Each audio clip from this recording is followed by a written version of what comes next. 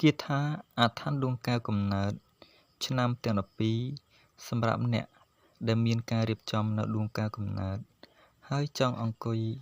ធ្វើសមាធិឬក៏បំពេញនៅញាណនៃដួងកែវកំណើតអាចទន្ទិញ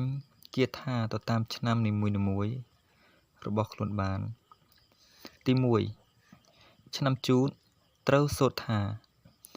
អ្នកមៈពតៈឆ្នាំឆ្លូវត្រូវសូត្រថាចភកសៈឆ្នាំខាលត្រូវសូត្រថាចិពិសិគិឆ្នាំថោះត្រូវសូត្រថាអបា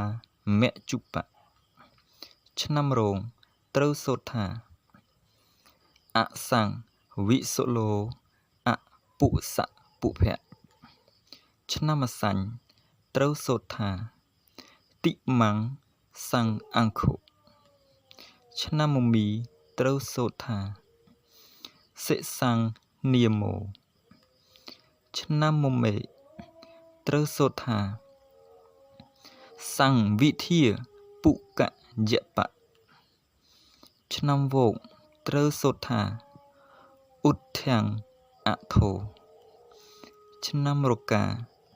ត្រូវសូត្រថាអតិសា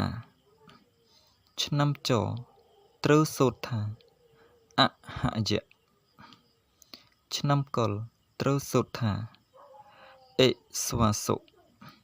នេះជាគាថានៃឆ្នាំទាំង12